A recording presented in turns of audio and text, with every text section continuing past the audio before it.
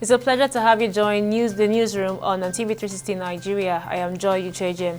A judge of the Upper Customary Court in Kaduna State, Janet Gimba, who was kidnapped by bandits along with her 4 children, has been released, but 3 of her children are still in the custody of the abductors.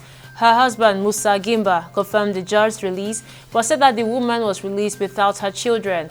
He disclosed that the bandits are demanding 150 million naira ransom within 3 days, threatening to kill the children if the money is not given to them.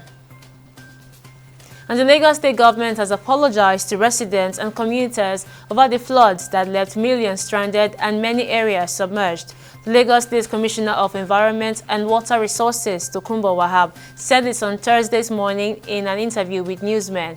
Motorists were in gridlock and commuters stranded as the torrential rains, which lasted for hours, halted economic activities in Nigeria's commercial city. And the Senate of the University of Benin has shut down academic activities at the institution following Wednesday's protest. Disclosing this in a statement on Thursday, the institution's public relations officer, Benedicta Enanire, said the shutdown does not affect the non-academic staff. The university also ordered students to vacate their hostels immediately.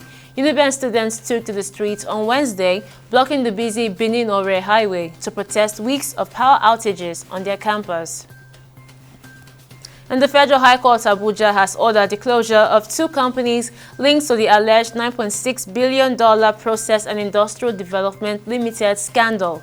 The 2 companies are Trinity Biotech Nigeria Limited and Resource Express Concepts Nigeria Limited, linked to the fleeing Briton James Nolan.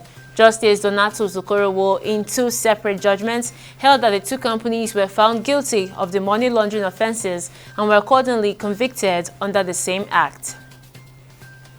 And on business, the federal government has launched a new initiative to establish an operating model and framework for economic and financial inclusion, aiming to transform Nigeria into a $1 trillion economy by 2030.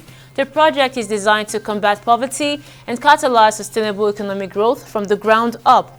Vice President Kashim Shettima said the initiative symbolizes the commitment of President Bola Tinubu's administration to enhancing financial and economic inclusion across Nigeria.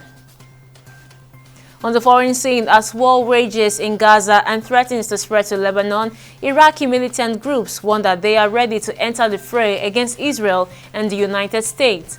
A field commander of the so-called Islamic resistance in Iraq said that there will be escalation in the event of a full-scale war in Lebanon. The commander, speaking to newsmen on condition of anonymity, said the Iran-backed group had already sent experts and advisors to Lebanon. And finally on sports, defending champion Carlos Alcaraz recovered from an early stumble to sweep into the 3rd round of Wimbledon, dispatching Australia's Alexander Vukic in straight sets. The 3rd seed dug deep to take the opening set against the 69th ranked opponent before shifting impressively through the gears to win 7-6, 6-2 and 6-2. However, with the pressure on, Alcaraz broke back to force a tiebreak, and from then on it was a one-way traffic. And these are the stories we're tracking at the moment. Join us again at top of the hour for more stories. I'm Joy Uchejim. Bye for now.